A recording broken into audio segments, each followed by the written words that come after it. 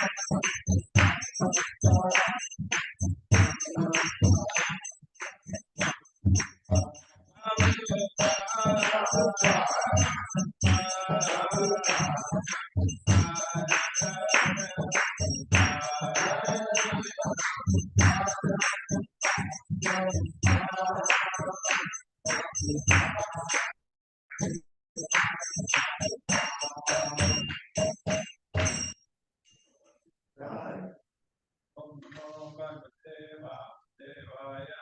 Om Namo Bhagavate Vasudevaya. Om Namo Bhagavate Vasudevaya.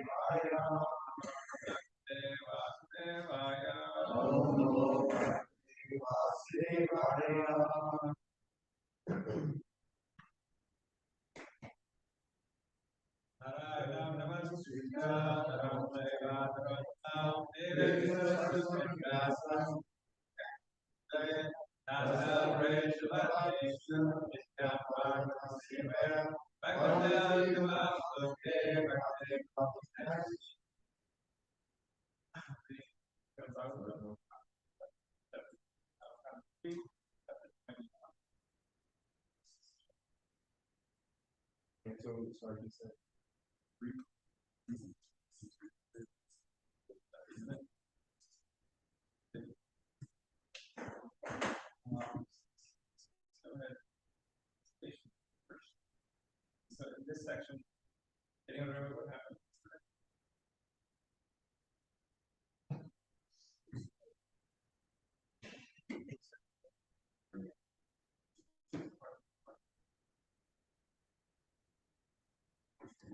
What else? All right.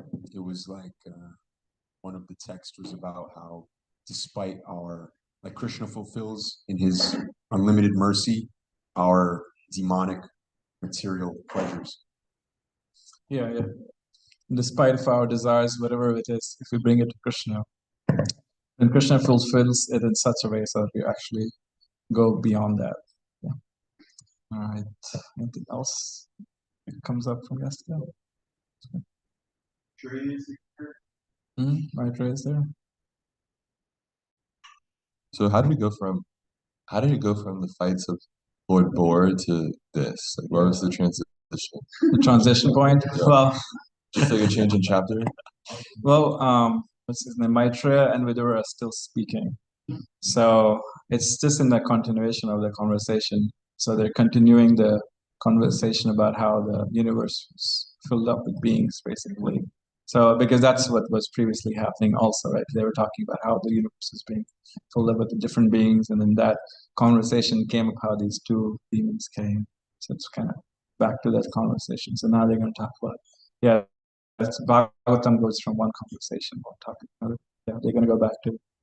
That's why they're talking about Kardama Muni and him wanting to marry, and then that's part of like how to fill the universe when it was created. Yeah. What else? Anything else? All right. Let's read the verses. I'll read the first one. Maitreya resumed, sincerely extolled in these words, Lord Vishnu, shining very beautifully on the shoulders of Garuda, replied with words as sweet as nectar. His eyebrows moved gracefully as he looked at the stage with a smile full of affection.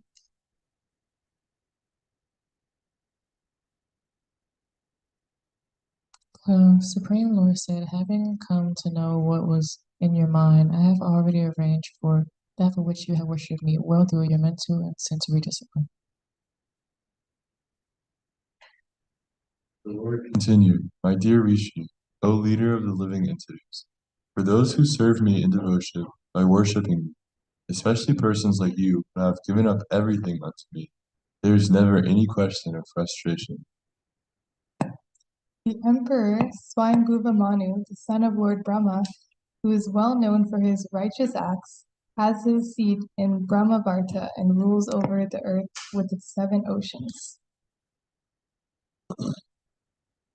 The day after tomorrow, O Brahmana, that celebrated emperor, who is expert in religious activities, will come here with his queen, Shatararupa, wishing to see you. He has a grown-up daughter whose eyes are black.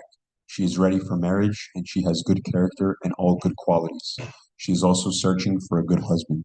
My dear sir, her parents will come to see you, who are exactly suitable for her, just to deliver their daughter as your wife. That princess, O holy sage, be just the type you have been thinking of in your heart for all these long years. She will soon be yours and will serve you to your heart's content. Next person. Go ahead.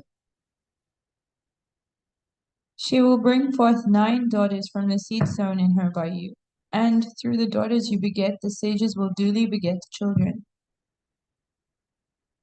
With your heart cleansed, by properly carrying out my command, resigning to me the fruits of all your acts, you will finally attain to me.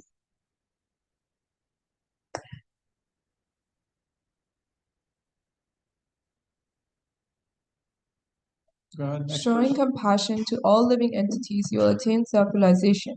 Giving assurance of safety to you, you will perceive your own self as well as all the universes in me and myself in you. Last verse.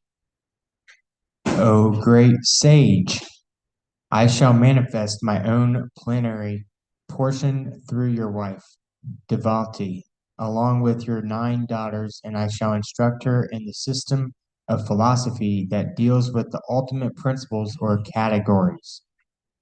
Let's go to verse 22.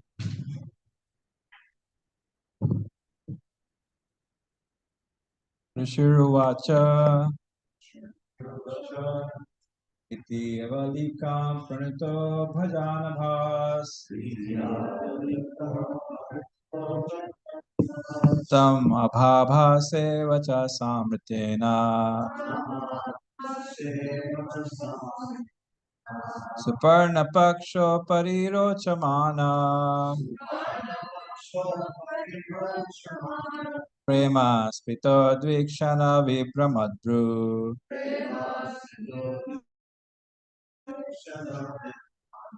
iti velikam pranito bhajanabhas tam abhabhase vacha samritena suparna paksho parirochamana prema smito dvikshana vipramadru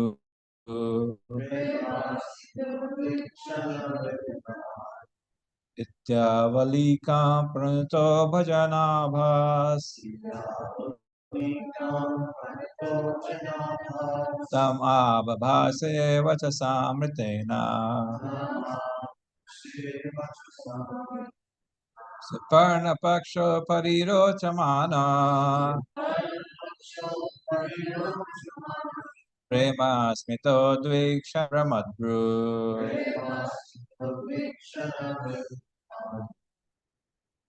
Chant, you want to try?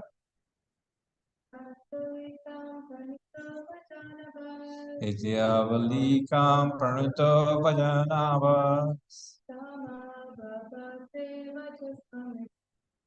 tam abhabhase vacha samritena suparna paksho parirochamana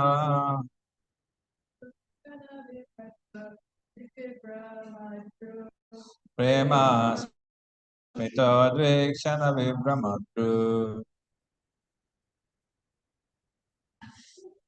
Anyone else? All right, we're do it together. Rishi Vacha, the great sage Maitreya said, Iti, thus, Avalikam, sincere, Pranuta, having been praised, Abanabha, Lord Vishnu, Tam, to Kardama Muni,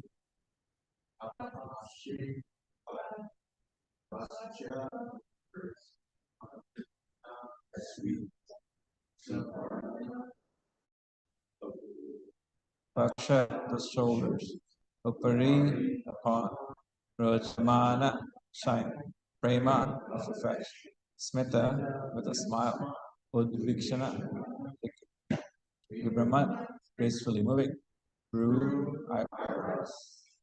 Translation together. Maitreya resumed, sincerely these words. Lord Vishnu, shining very beautifully on the shoulders of Garuda, replied with words as sweet as nectar. His eyebrows moved gracefully as he looked at the sage with a smile full of affection. Who would like to read the purport? Are you going to read? Seize the mic.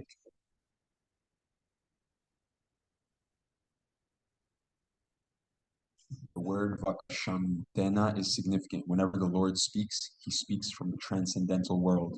He does not speak from the material world. Since he is transcendental, as is his activity.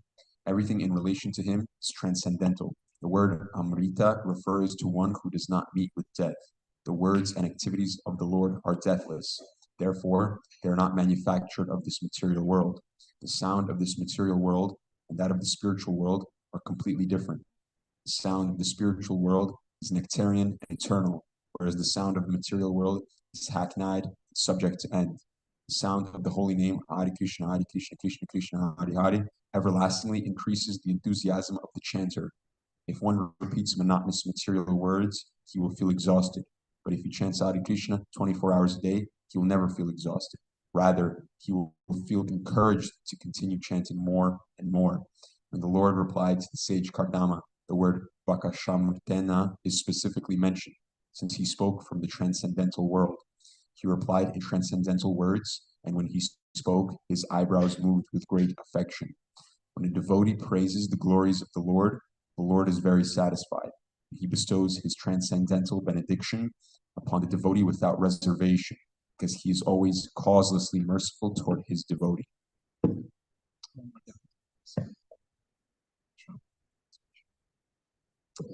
So yeah, I was thinking when Prabhupada said that one can chant Hare Krishna 24 hours a day and not feel tired.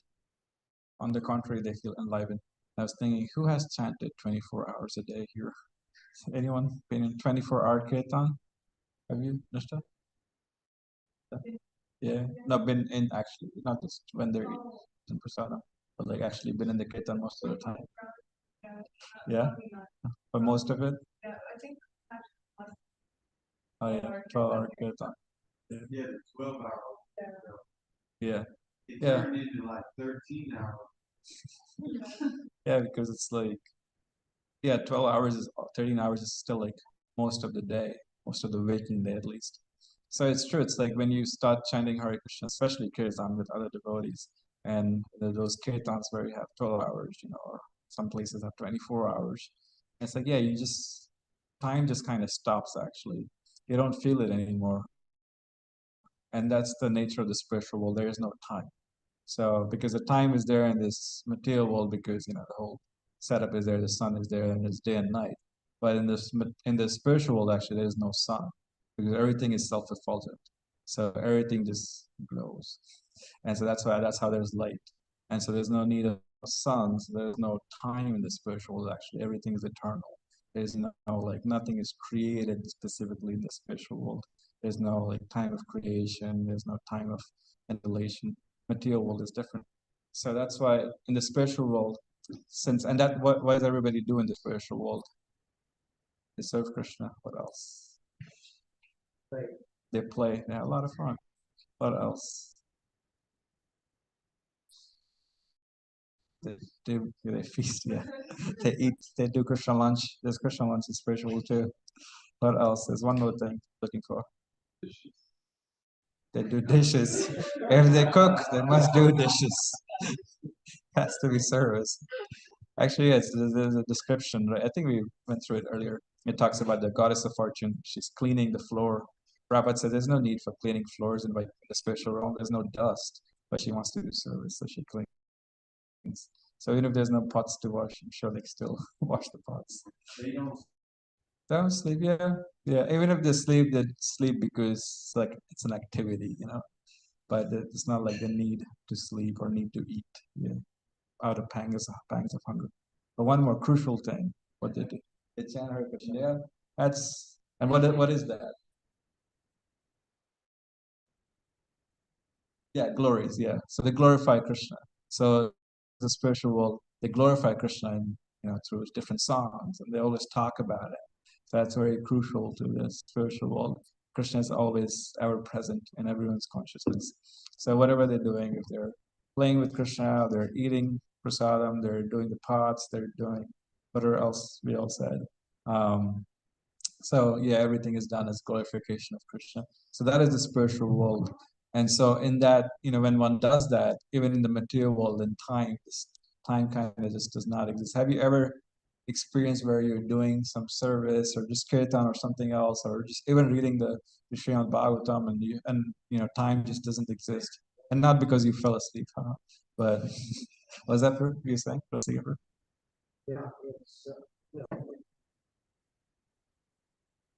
Especially like the Srimad Bhagavatam Mhm. lifts you out of the mundane. And it's sublime. You just want to keep going on and on. Yeah. Yeah. So devotional service is like that actually. When one does that very intentionally for Krishna, then the various conditionings of the material world, they stop really affecting us to varying degrees. And so yeah, in this section, just to give a little summary, so he's speaking over here, Kardama Muni, and Kapila is going to appear. So Lord Vishnu tells Kardama Muni that you're expressing all these desires to me, but I already knew your heart. So that's the nature of Krishna, that he already knows his devotees. He knows his heart. He knows he knows what the devotee is needing actually. And so he tells them that, I've already fulfilled your desires. And this king is going to come, and he's going to come with his wife, and he's going to offer his daughter in marriage. And then he also says that you will actually, you'll give the Supreme Personality Godhead, Kapila Dev, actually, an incarnation of Krishna. He's going to come as your son, actually. And so, I was reflecting that at this point, Kardama Muni is getting his desires fulfilled. But what did he do prior to that? What did Kardama Muni do for a really, really, really, really long time? Was that meditated? Yeah, he meditated. He did austerities. So before we, even in the material realm, before you fulfill your desires, you really gotta work hard. And so in spiritual life as well, it's like the devotees worship Krishna, whatever desires they might have. They worship Krishna. They perform devotional service. And so especially Kardama Muni is wanting to enter married life. So married life is it's also an ashram. It's also a place where one can worship Krishna. So to enter Grihastha ashram, one actually has to be prepared in so many ways, materially and spiritually. Materially, you have to provide a place for that, for a household life, and spiritually, one has to be ready for that also, and emotionally and health-wise and everything actually. So it's not a light thing actually to enter married life, especially if one wants to do it in a responsible manner. If one wants to do it, responsibly and with the intention that this is so that we can make progress in our spiritual life, and of course, household life, married life there's a certain enjoyment in it. You have your independence, you have your house, you have your family, and so forth. So it's you have your own realm, but at the same time, one is able to see when one actually performs devotional service like Kardama Muni did in an ashram. And when one does that, then one really lays that foundation that whatever I have, wherever I am, be it in the ashram here or be it my own house, it belongs to Krishna. So actually everything does belong to Krishna, and it's provided this, in our case, a job, I guess. For Kandamani, he'd have to go to a 9 to 5 job. But whatever we have, that actually Krishna has provided us this, whatever it is, this career, this house, this wealth, and so forth, this family, these kids, and so forth. So we try our best to then engage everything in Krishna's service, and that foundation is laid when one does that. Basically, that the single celibate life of being a brahmachari in the ashram. And so when you are there in the ashram, you lay that foundation for that. Then when whatever comes in life, then you could use it. You could clearly see that, okay, this is to be used in Krishna's service, and not just just all fun and games. But yeah, do you have something?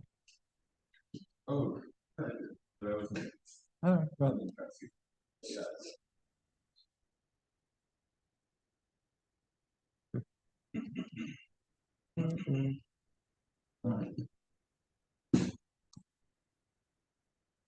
What is so he performed these austerities? Was it with the goal to get a wife, or was it just like out of love? Was it mixed? In this case, actually, it's a good question. I'm not able to remember. Do you remember Rasika Prabhu? The series? Yeah. Did it do it specifically for this? So he's a devotee. In Satya Yuga, the Yuga Dharma was meditation. Oh, So yeah. they would actually Kapila Dev actually is going to explain this when he comes on the scene, but they would meditate upon the form of the Lord. So he was offering pure devotion and austerities and so forth. And what happens is the Lord simply picks up the desire that he has in his heart and wants to fulfill it. But his devotion was for the sake of devotion, for pleasing the Lord. Thanks. That's why the Lord was so pleased. Yeah. Yeah, so same for us. Like we also the Yuga Dharma for this aid is chanting. So we chant Krishna's names. And we do that because it is the Yuga Dharma. We do that to please Krishna, as I think the purport said that when a devotee praises the glories of the Lord is very satisfied, and he bestows transcendental benediction upon the devotee without reservation, because he's always causelessly merciful towards his devotee. So yeah, so we do it with the intention that to glorify Krishna. And then yeah, as Rasika Prabhu pointed out, that keeps up on things. That's perfect. So this is the beauty of the process of bhakti, is that Krishna wants to fulfill our deepest desires. And if we'll just serve him and leave it in his hands, he can fulfill things in ways that we can't even think of in our wildest dreams. Yeah, that's true. Everything in ashram life, it might look like, we're giving a lot, but actually Krishna does take care of his devotees. And as one lives in ashram life, Kalakan Prabhu compares it to ashram life too. You've seen those little machines that you put little rocks and the tumbler, and it tumbles the rocks, and in the end they come out all nice and polished, like made. And and so ashram life can be like that, where we get in the ashram life with these little with little raw edges and so forth, and then you turn on the button of devotional service, and then it starts tumbling the rocks together, and then as they tumble, they polish each other. So that actually is the setup for any ashram, for that matter, be it in the ashram here or be it in the household life, because then it'll just be you and your spouse tumbling, polishing each other. But yeah, in the ashram here, there's so many of us, and so there you go, before and after. We should have that as our for promoting Krishna house. We should all have the before after picture of all the people before they moved in. And we should make like picture of them like all like wonky, and then they come out after us. But it's actually an image of our heart. Actually, our heart comes with, even in the Sikshastra, it talks about Cheto Darpana Marjanam, right? That there's so much dirt in our heart. So, and actually the heart, Bhagavatam explains that it can be as hard as steel, when after millions of lifetimes of just not establishing that relationship with Krishna. So our heart becomes really hard. We become very hard-hearted. And so, like these rocks, so we put our little hearts, we offer it to Krishna, and he puts it in the tumbler machine, and he tumbles it, and then yeah, they come out softer, they come out polished. So as we go through this process of Krishna consciousness, if we really apply it, the prescriptions of chanting, the four regulative principles, the chanting, and doing service to Krishna, to the devotees especially, that's one shortcut if you want to succeed in spiritual life. If you just serve the other devotees, Krishna's going to be even more kind to you. So when one does that, then yeah, then our heart gets polished and the heart gets softer. And so yeah, so this phase in our lives where we're in the ashram, prepares us for whatever is going to come next. And in this material world, there are all kinds of calamities that come. Something or the other always happens. Have you ever experienced that? Any calamities? Yeah. Anyone here experienced any calamity in their life so far? Small or big? But yeah, if you haven't, then well, you're so lucky. But yeah, so one way or the other, there's some kind of material calamity that comes in our lives at some point. But the more of a foundation we have in Krishna consciousness, the more we are able to, not just transcend it, but actually deal with it really, in a Krishna conscious way, and still be able to remember Krishna. And sure, it might be, those phases in life might be hard, and there'll be troubles and so forth. But still, it gives us that practice of, okay, how do I remember Krishna even though I'm going through so much, and how do I, get past this?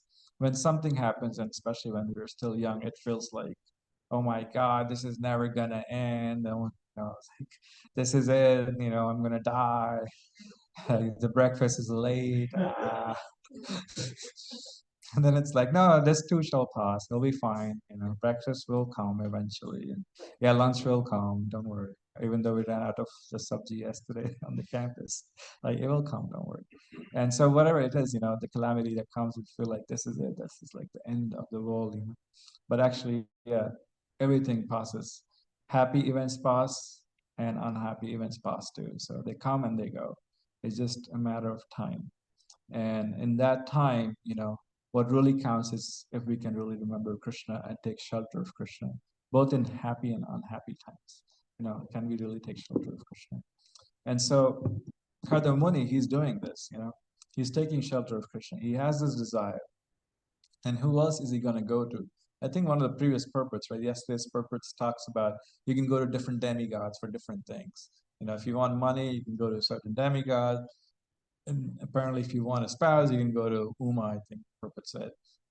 And so Prabhupada points out that he didn't go to Uma because he knows who the Supreme Personality of God it is. So he went to Krishna himself, he went to Vishnu, and he just, was very honest about it. And so that's also something we want to keep in mind, that we do want to be honest with our desires. We do want to be honest and see, just present it to Krishna and see what he how he reciprocates. And so when Krishna, I think Prabhupada said it once. He said that if Krishna wants to take away something, how much can you hold back with your two little hands?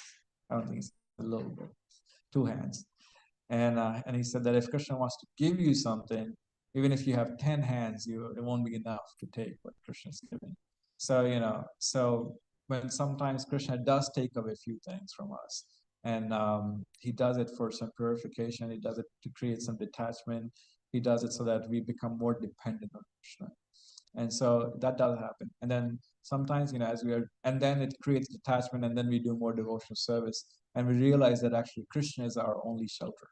And when we do that, then Krishna is like, all right, this person is ready to receive. So then Krishna gives more and we're like, what do I do with this? And then you realize, okay, I'll just use this in Krishna's service. So that is Krishna's process. So over here also, he's told them that I already knew your heart, and so I have already arranged for everything. And his wife Devahuti will soon appear in the Bhagavatam.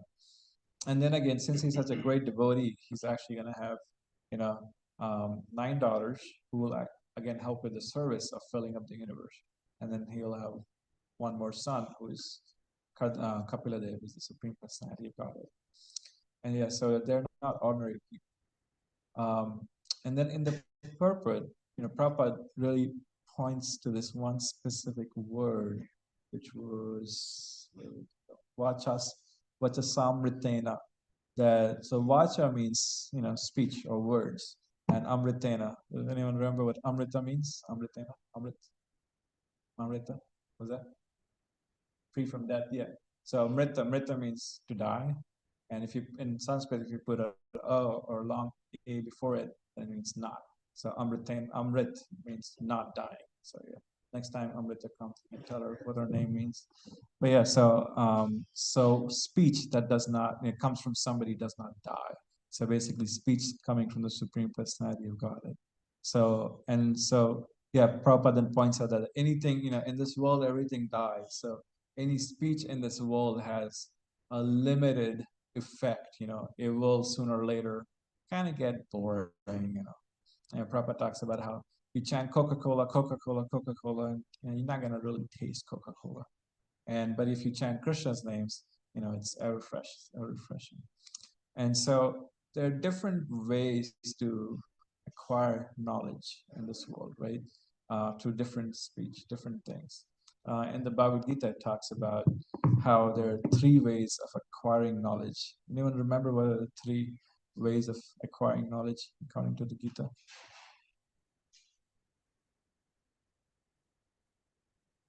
No, it's different. What else? Yeah, yeah. You hit the top one. Yeah. What are some other preliminary ones? How do people just gain some knowledge about anything in this world? Yeah, so hearing, seeing. So the first one is pratyaksha, whatever is visible by empirical methods. You just hear it, you see it, and then that's how basically your scientists work. They're like, if we don't see it, if we can't fiddle with it, it's not real basically. So it's empirical. So that's the first one. What's the next one? That's also connected with the first one. So pratyaksha, and then was that? Yeah, anumana. So anumana is logic or deduction. Yeah, deduction. So basically, it's like in logic. If A is true, then B is true, and then if B is true, C is true, like that. So you do some deduction like that. And so scientists do that too. They deduce through different things that they can, they are empirically see something, can test something, and then based on that they can deduce different things. So those are 2 things. And then the top one that you mentioned was Vedas, so Shabda. So there's authoritative scriptures or authoritative speech, basically. So that's what Prabhupada's pointing out in this purport, that there's different ways to acquire knowledge. And for us, sure, we can acquire knowledge through looking at different things and experimenting with it. We can also, even in spiritual life, you can see if this chanting works for you, if this whole process works for you. So that's some deduction. But then, then there's the method of like actually hearing from authoritative scriptures. And even in the regular world, people do that. Why do you think people go to school? Like, why do they sit there listening to this one person? Like, why that particular professor? Why do you think? And not anybody else? He's the authority. He or she is the authority that on that subject matter, and it's a given. It's an assumption. It's like a given that this person speaking about this topic, so they must be an authority on this subject, and so people listen to them. And this highest knowledge, Prabhupada describes it as the descending process because it comes directly from the Supreme Lord himself and gets passed on by parampara, by disciplic succession. So if we receive it in that way, then it's like receiving it directly from the Supreme Lord himself. Yeah. So yeah, for us also. So, and then Prabhupada goes on to talk about, the 3 ways, even in the Shabda, the authoritative ways of receiving something, there are 3 ways of receiving it. So one is through Guru, spiritual master, and Sadhu, those who are learned, also who are practicing the process of Krishna consciousness, and finally the scriptures itself. So anything one hears, it should really line with those 3 things, the spiritual master, with other devotees who have been practicing, and the scriptures. So for many who do not necessarily have a spiritual master. So you hear from Prabhupada.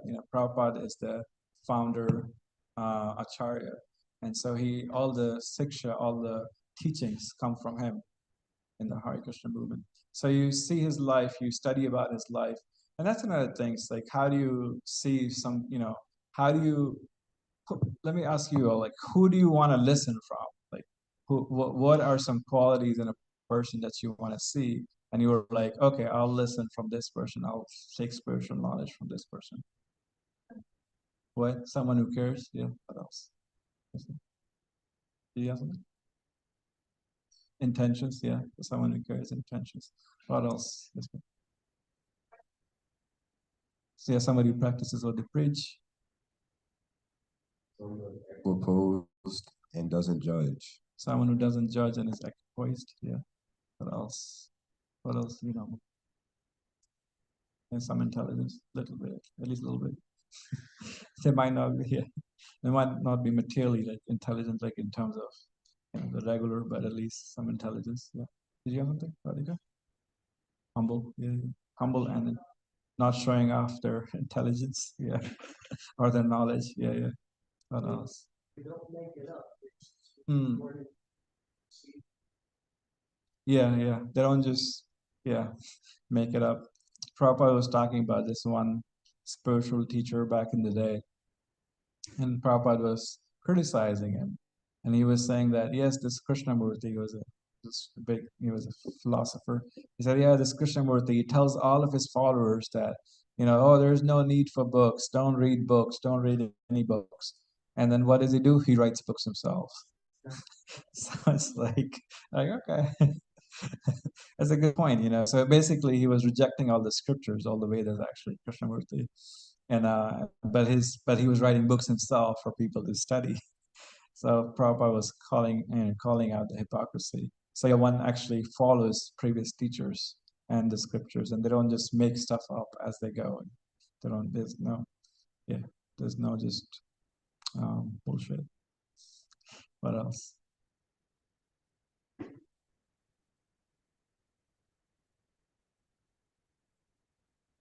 Some of the preachers here at Krishna House, when they preach to like the new students that come in, brand new people have never heard of Krishna consciousness and they're curious about it. When they preach and they give these just like really great answers, and I feel like I have confidence in them as a preacher that they can go to people who have never practiced bhakti yoga and give acceptable, understandable, applicable, realistic answers. And then at the end of the program, everybody's ready to do kirtan, and get into it. Yeah. Like somebody that can preach to, everybody in any situation. Yeah. So somebody you could connect with different people at different levels and are able to share Krishna with them. Right? So yeah, that definitely builds faith. What else? Anything else that you want to see from somebody, and then you would want to hear from them?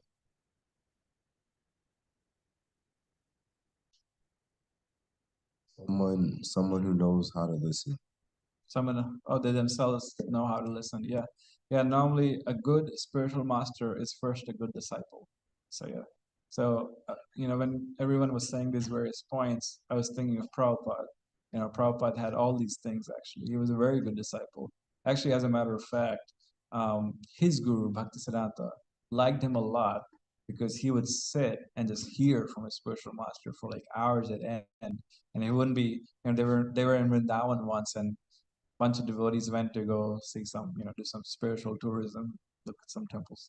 But he was like, he just sat there. He heard from his spiritual master.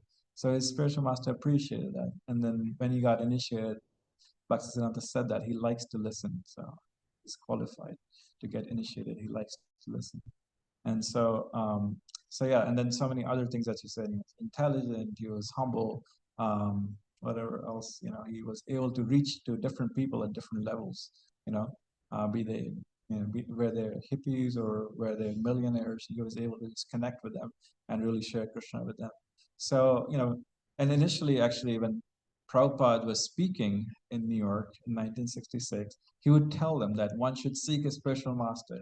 And they were like, what is a spiritual master? Like, what is, like, they have no idea. And he said, well, then he said that, well, that much knowledge you have to have, that who is one, who is a true spiritual master. And he would then tell them, also who is a spiritual teacher, who is a spiritual master, based on the Bhagavad Gita. And then they were like, okay, but it was him, it was just him, who was the spiritual teacher at that point and the spiritual master. And so, yeah, he has these various qualities. So if we really, for an acharya has two things. The acharya speaks and the acharya behaves and acts. So one has to really study both those things to really imbibe their mood and their life and their teachings. So, like in the afternoons we read, that's why we read from the Prabhupada's biography at 2 p.m., just to hear about Prabhupada's life and how he acted, how he really applied the philosophy of Krishna consciousness. And the more one can hear about Prabhupada and the previous acharyas, the more one will really be able to see, okay, how do I practically apply this process of Krishna consciousness? And especially for us, we're fortunate to have Prabhupada. And so yeah, just hear his life, you hear his story, how he preached and how he just interacted with devotees and how he, in different phases of his life, applied Krishna consciousness. So you hear that, and of course you hear his lectures and read his books. And so when you do that, you actually associate with great personalities like Prabhupada, and that is actually a very big boost for our spiritual life. And one gets a very holistic view of who Prabhupada is and what the whole process of Krishna consciousness is. So yeah, what else? Any other thoughts, questions, comments?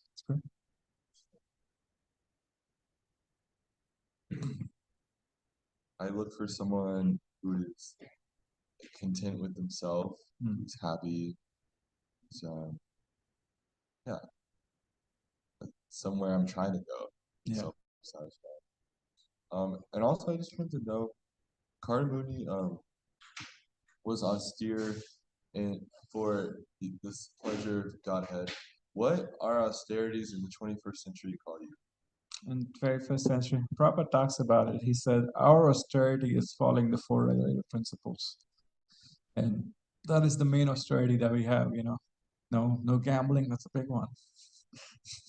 No meat eating, no gambling, no illicit sex. And what's the fourth one? Did I forget one? What was the one? The intoxication, yeah. I always forget one. Maybe it's a sign.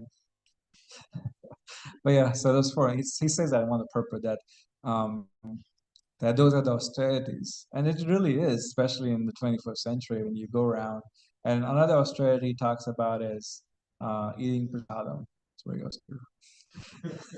But he talks about it actually to eat as much prasadam as we can, And so that's in the nectar instruction talks about it. That's also an austerity, And yes, and then of course, and then yeah, japa can be an austerity for sure, chanting on the beats for sure can be austerity. But as one progresses, one gets more taste for it. So these are the main austerities really, and having sung, molding our life in such a way that we have other devotees in our lives, have some association. So that can be austerity as well in its own way. And because one can get really complacent or just relaxed about, I'm fine. I'm gonna go to the temple on the Sunday program and I'll get my association. But actually, there's so many other ways to get sangha as well. And so sometimes one has to do certain voluntary austerity. And actually, the human form of life is meant for austerity. So austerity can take shape in different ways and forms for different people. And so as long, whatever austerity one needs to take to be able to chant, japa, to be able to participate in hearing Srimad Bhagavatam, to be able to get good from other devotees. Those are our austerities. And because spiritual life cannot be done in a vacuum. One makes progress when they are serving with other devotees and they are serving other devotees as well. Krishna really appreciates that. So yeah, those are some austerities. Sometimes being around devotees is an austerity. Being in ashram is an austerity. But yeah, this is some different thoughts. Yeah. Point, Prabhu? Proceed, Prabhu. Prabhupada also mentions that just in the normal course of practicing bhakti will come that are difficult circumstances, and to be able to endure those patiently and tolerate is another big austerity that we Yeah. do. We're not avoiding them necessarily, but being able to, progress through continuing to chant, continuing to hear, continuing to serve in spite of difficulties that come. What else? Any other thoughts, comments before we end? If not, in the class. Okay, one more, sure. Okay, one more. So we shouldn't seek out necessarily like hardships for the sake of improving our devotion, or we should. Well, we can. There's no harm in it as long as. So the thing with austerity is that if one does a lot of austerity, the heart can also get really hard-hearted. Because that's why you see these mystic yogis, they go up in the mountains and they do all kinds of austerities. And so when one is very austere, one can actually become very hard-hearted. So one should have a decent balance of kirtan, philosophy, and some service or austerity or those things. There should be some balance to it. Otherwise, one can, and so one can just be really hard-hearted, and kind of austerity is kind of give that mood also of being separate a bit. Um, so just a good balance where you have enough austerity that you're chanting and hearing and following these various are able to do as much devotional service as you can. So and at the same basically don't be a grump, it's like if you're just too austere, just then we start getting too cranky, and so then maybe it's a sign that okay, maybe I need to, um, do something different. Who was speaking yesterday? They're talking about salt, but anyway, maybe it was Shamla Kishore. They're talking about how sanskarification is like salt, So salt, you can't put too much, you can't too little. Austerity is also like salt. You can't put too little and can't put too much. And so just the right amount so that there's a balance and it's a nice meal. Yes. The thing that the Lord reciprocates with is the sincerity and the faithful endeavor in hearing, chanting, remembering, and serving. And so he doesn't necessarily respond or reciprocate with austerity. He wants our bhakti, he wants our hearts. And so whatever we can do to give him our heart, it is sufficient. Yeah, thanks, bro. Yeah, and even if we do any particular austerity, it should be done with that mood of bhakti that I'm doing this out of love for Krishna and not just because, I do X austerity and I get a Y result. It's not formulaic, really. There should be some little bit of a sense of devotion and bhakti, even if it's an austerity. Like I was thinking of Govardhan Parikrama when we circumambulate Govardhan, that's an austerity. I did it last year in the summer. That was in July, and we started a little late and at 7 a.m. So, and we got done at like 1 or 2 p.m. and it was hot and it was so austere, and I was like, I don't know if I'll make it. But luckily there was a group of devotees, so it made it easier. But when we do such austerities, we should do it. It's still like we're doing it as a service, we're doing it for Krishna. So all right. There then, Grantha Bhagavatam ki. Now the austerity of the day. Mahaprasade Govinde Nama Brahmani Vaishnave Sapapanyavatam Raja Vishwaso Naivajayate 48% still of faith, spiritual food values. The deity Sri Guru. Johnson Krishna.